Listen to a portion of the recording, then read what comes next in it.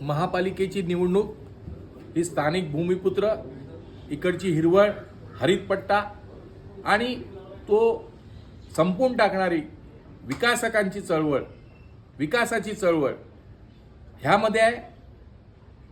आज ह्या चळवळीमध्ये, राजकीय आणि सामाजिक चळवळीमध्ये वर्षानुवर्ष काम करणारे अनेक भूमिपुत्र निवडणूक लढवत आहेत.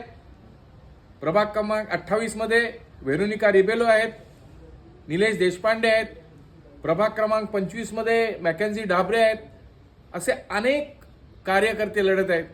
माझी सर्व भूमिपुत्रांना आणि वसईकरांना विनंती आहे की वसईचा हरितपट्टा, वसईचं वसईपण टिकवणारे जे कार्यकर्ते वर्षानुवर्ष काम करतायत त्यांना आपण भरघोस मताने निवडून द्या आणि पुन्हा एकदा ही वसई कशी पुन्हा हरित राहील, वसई कशी टिकेल यासाठी आपण सर्वजण प्रयत्न करूया.